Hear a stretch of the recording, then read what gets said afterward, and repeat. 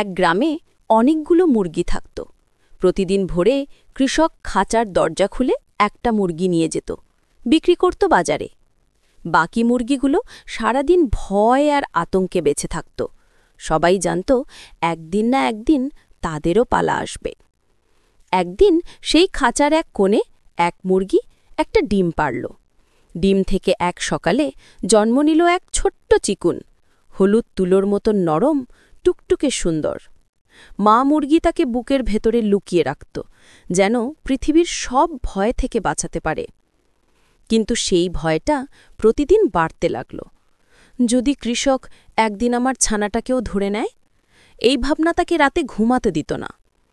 এক গভীর রাতে যখন চারপাশ নিঃশব্দ, মা মুরগি কাঁপতে কাঁপতে তার ছানাটাকে ঠোঁটে তুলে নিয়ে গেল জঙ্গলের পথে। গাছের ছায়ায় শিশির ভেজো ঘাসের উপর রেখে বলল, বাবা, তুই বাঁচে থাকিস, আমাকে ভুলে যাস না। তারপর চোখের জল মাটিতে পড়ে গেল। ভোর হলে ছানাটা একা একা হাঁটতে লাগল। হঠাৎ এক কবুতর তাকে দেখে বলল, আরে ছোট্ট চিকুন, তুই একা একা এখানে কেন? চিকুন বলল, আমি হারিয়ে গেছি। কবুতর মায়া করে তাকে নিজের বাসায় নিয়ে গেল, খাওয়ালো, ভালোবাসল।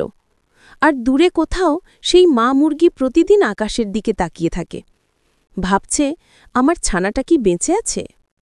মায়ের ভালোবাসা কখনো মরে না। যদি গল্পটা ভালো লাগে, লাইক, কমেন্ট আর সাবস্ক্রাইব করো।